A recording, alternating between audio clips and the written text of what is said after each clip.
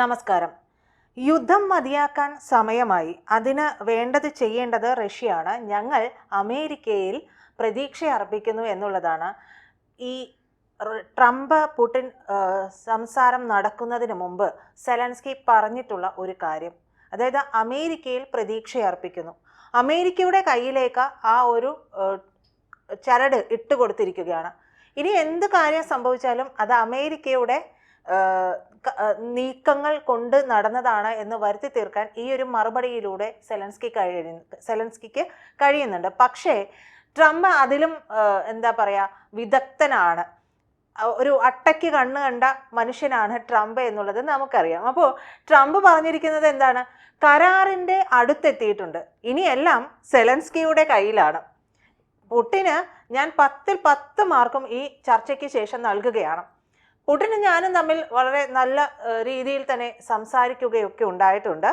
പക്ഷേ ഇനി സെലൻസ്കി മനസ്സ് വെക്കണം, ഈ ഒരു യുദ്ധം അവസാനിപ്പിക്കണം എന്നുണ്ടെങ്കിൽ മൂപ്പർക്ക് എങ്ങനെയെങ്കിലും ഈ നൊബേൽ പ്രൈസ് വാങ്ങിയെടുക്കണം. നൊബേൽ പ്രൈസ് മാത്രമല്ല, അമേരിക്കയെ സംബന്ധിച്ച് ഈ ഒരു യുദ്ധം നിർത്തേണ്ടത് അവരുടെ ഒരു ആവശ്യം കൂടിയായി മാറുന്നുണ്ട്. എന്നാൽ നാറ്റോ രാജ്യങ്ങൾ എല്ലാവരും അമേരിക്കയെ അംഗീകരിക്കുന്നുണ്ടോ? അതുമില്ല. അപ്പോൾ ഈ അലാസ്കയിൽ നടന്നിട്ടുള്ള ഉച്ചകോടിയിൽ ഈ പറയുന്ന കാര്യങ്ങളിലൊന്നും തന്നെ, അതായത് അന്തർദേശീയ മാധ്യമങ്ങളൊക്കെ നോക്കുമ്പോൾ ഇതിൽ തീരുമാനമായില്ല എന്നുള്ള കാര്യങ്ങൾ വരുന്നുണ്ട്. പ്രത്യേകിച്ച് യാതൊരു കാര്യത്തിലും തീരുമാനമായില്ല എന്നുള്ളതാണ് അന്തർദേശീയ മാധ്യമങ്ങൾ ഇന്ന് രാവിലെ നോക്കുമ്പോഴൊക്കെ ചിലതിൽ നിന്ന് മനസ്സിലായിട്ടുള്ളത്. ഇനി അതിനുശേഷം എന്തെങ്കിലും അപ്ഡേറ്റ്സ് ഒക്കെ വരാൻ ഇരിക്കുന്നതേ ഉള്ളൂ. അപ്പോൾ അതിനിടയിലാണ് ട്രംപിൻ്റെ ഈ ഒരു കാര്യം വരുന്നത്. ട്രംപ് ഈ ഒരു കാര്യം പറഞ്ഞിട്ടുള്ളത് എന്തിനായിരിക്കും? ട്രംപ് പറഞ്ഞിട്ടുള്ളത് സ്വാഭാവികമായിട്ടും ഞങ്ങൾ ചെയ്യേണ്ടതൊക്കെ ചെയ്തിട്ടുണ്ട്, എൻ്റെ വാക്ക് പുടിൻ കേട്ടിട്ടുണ്ട്, ഇനി സെലൻസ്കി ഇത് കേൾക്കണം എന്നുള്ളത് ലോകത്തെ അറിയിക്കാനാണ്. ട്രംപിനെ താൻ ഇതിന് മുന്നൊരുക്കങ്ങൾ നടത്തി, ഞാനാണ് ഇത് ഇടപെട്ട് ഈ ഒരു യുദ്ധം അവസാനിപ്പിക്കാനുള്ള നടപടികളിലേക്ക് പോയത്, അത് ഞാൻ ചെയ്തിട്ടുണ്ട് എന്നുള്ളതാണ് ട്രംപ് പറഞ്ഞു വയ്ക്കാൻ ശ്രമിക്കുന്ന ഒരു കാര്യം. പുടിൻ പക്ഷേ ഇതിനെക്കുറിച്ച് യാതൊന്നും പ്രതികരിച്ചിട്ടുമില്ല. സെലൻസ്കിയുടെ കൈകളിലേക്ക് എല്ലാ കാര്യങ്ങളും കൊടുക്കുകയും ചെയ്തു. സെലൻസ്കി ആകട്ടെ തങ്ങളെ വിളിക്കാതെ, അതായത് തങ്ങളുടെ രാജ്യത്തിൻ്റെ പരമാധികാരത്തെ ചോദ്യം ചെയ്യുന്ന ഒരു കാര്യത്തിനെ കുറിച്ച് സംസാരിക്കാൻ വരുമ്പോൾ അതിൻ്റെ പരമാധികാരിയായിട്ടുള്ള അല്ലെങ്കിൽ പ്രസിഡന്റ് ആയിട്ടുള്ള തന്നെ വിളിക്കാതെ ഒരു ചർച്ച, ആ ചർച്ചയിൽ നിങ്ങൾ പറയുന്ന ഭൂപ്രദേശമൊക്കെ ഞങ്ങൾ അങ്ങ് വിട്ടുകൊടുക്കണമെന്നാണെങ്കിൽ ഞങ്ങൾ എന്തിനാണോ ഇവിടെ ഇരിക്കുന്നത് എന്നുള്ളതാണ് സെലൻസ്കിയുടെ ചോദ്യം. സെലൻസ്കിക്ക് പിന്നിൽ നിൽക്കാനുള്ള ചില നാറ്റോ രാജ്യങ്ങളും കൂടി ഉണ്ട്. അതല്ലാതെ സെലൻസ്കിക്ക് അത്രത്തോളം ഒരു ധൈര്യത്തിൽ ട്രംപിനോട് പറയാൻ പറ്റില്ല. കാരണം ഈ അമേരിക്കയുടെ സഹായമൊന്നും ഇല്ലെങ്കിൽ, അമേരിക്ക എല്ലാ തരത്തിലുമുള്ള സഹായം പിൻവലിച്ചിട്ടുണ്ടെങ്കിൽ, നാറ്റോ രാജ്യങ്ങളും പൂർണ്ണമായിട്ടും കൈവിട്ടിട്ടുണ്ടെങ്കിൽ യുക്രൈൻ ഇന്ന് ഇല്ല. യുക്രൈനെ ഈ ഒരു യുദ്ധത്തിലേക്ക് കൊണ്ടെത്തിച്ചത് പോലും അമേരിക്കയാണ്. വളരെ നയപരമായിട്ട് അമേരിക്ക കൊണ്ടുവന്ന് എത്തിച്ചതാണ്.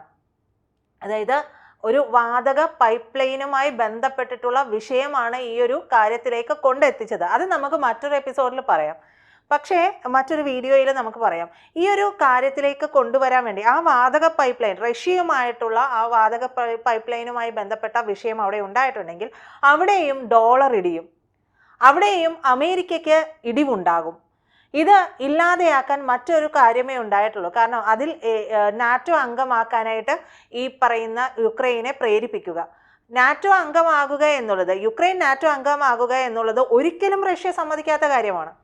അപ്പോൾ ഇത് പറഞ്ഞതുപോലെ തന്നെ, വിചാരിച്ചതുപോലെ തന്നെ സംഭവിച്ചിട്ടുണ്ട്. നാറ്റോ അംഗമാകാനായിട്ട് ആഗ്രഹിച്ചു, യുക്രൈൻ ആക്രമിച്ചു, റഷ്യക്ക് മേൽ ഉപരോധം ഏർപ്പെടുത്തി.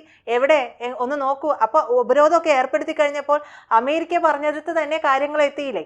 എന്നിട്ട് അവസാനം ഒരു ചർച്ചയ്ക്ക് വേണ്ടി ഒരു ടേബിളിനടുത്ത് ഈ പുടിനും ട്രംപും വന്നിരിക്കുന്നു. കാര്യം ഇത് തുടങ്ങി വെച്ചത് ബൈഡൻ ഇരിക്കുന്ന സമയത്താണെങ്കിലും ഇതൊക്കെ അറിയാവുന്ന ആളാണ് ഈ ട്രംപ്, ഇതൊന്നും അറിയാത്ത ആളല്ല. അപ്പോൾ എന്തായാലും ഈ ചർച്ച വിജയകരമാണ് എന്ന് പറയാനൊന്നും സാധിക്കില്ല.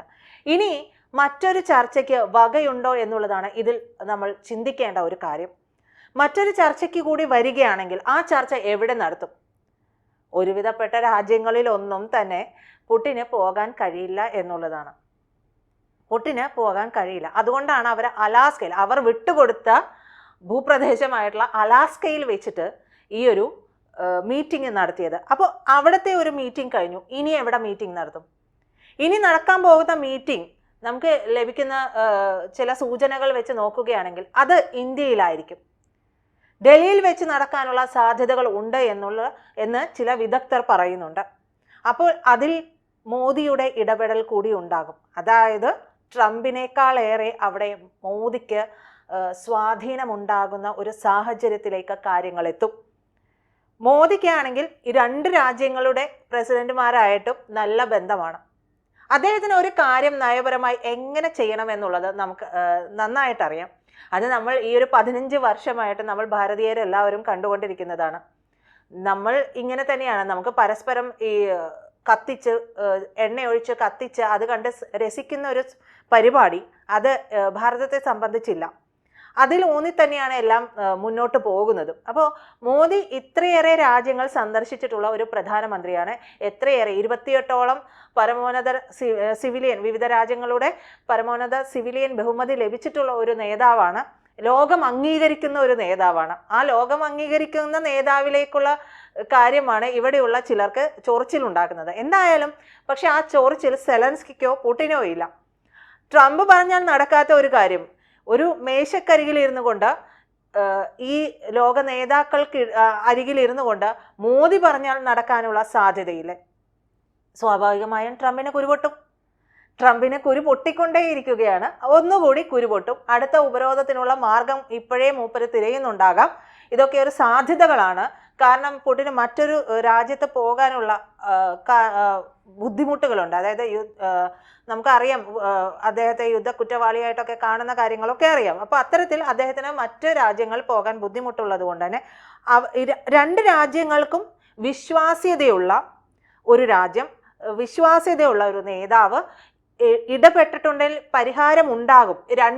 രണ്ട് കൂട്ടർക്കും ബുദ്ധിമുട്ടുകളില്ലാത്ത രീതിയിൽ ഒരു പരിഹാരം ഉണ്ടാകും എന്ന് കരുതുന്ന ഒരു രാജ്യം അത് ഭാരതമാണ്. 2 രാജ്യങ്ങൾക്കും ഭാരതത്തോട് അത്രയേറെ സ്നേഹവും ഒക്കെ ഉണ്ട്. അത് ഈ 2 നേതാക്കളെ കാണുമ്പോഴും മോദി ഹഗ് ചെയ്യുന്നതും സംസാരിക്കുന്ന ഒരു രീതിയുമൊക്കെ കാണുമ്പോൾ നമുക്ക് മനസ്സിലാവും അവിടെ ഒരു കാപ്പട്യമൊന്നുമില്ല. മറിച്ച് ട്രംപുമായിട്ടുള്ള പല മീറ്റിങ്ങുകളും നമ്മൾ വീഡിയോസ് എടുത്ത് നോക്കിയിട്ടുണ്ടെങ്കിൽ കൃത്യമായിട്ട് മനസ്സിലാവും. കാരണം അവിടെ ഒരു ആം ഡിസ്റ്റൻസ് ഉണ്ട്. അങ്ങനെ ആഴത്തിലുള്ളൊരു ഹഗ്ഗിങ്ങോ ആഴത്തിലുള്ളൊരു ചിരിയോ അല്ലെങ്കിൽ അങ്ങനെ ആ ഒരു സംസാരത്തിൻ്റെ ജസ്റ്റർ ശ്രദ്ധിച്ചിട്ടുണ്ടെങ്കിൽ മനസ്സിലാവും. നിങ്ങൾ എടുത്ത് നോക്കി മതി. ഒരുപാട് വീഡിയോസ് യൂട്യൂബിൽ ലഭ്യമാണ്.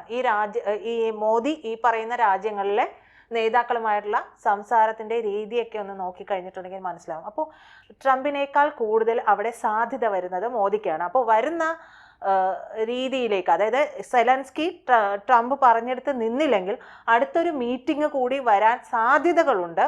ആ മീറ്റിങ്ങിലും പരിഹാരമായില്ലെങ്കിൽ യുക്രൈൻ്റെ കാര്യത്തിൽ ഒരു തീരുമാനമാകും. പക്ഷെ അതില്ലാതെ പരിഹരിക്കാൻ ഒരു പക്ഷേ ഭാരതത്തിന് കഴിഞ്ഞേക്കും, ഭാരതത്തിൻ്റെ പ്രധാനമന്ത്രിക്ക് കഴിഞ്ഞേക്കും. കൂടുതൽ വാർത്തകളും വിശേഷങ്ങളും നിങ്ങളിലേക്ക് എത്താൻ ABC മലയാളം സബ്സ്ക്രൈബ് ചെയ്യുക, ബെൽ ബട്ടണും അമർത്തുക.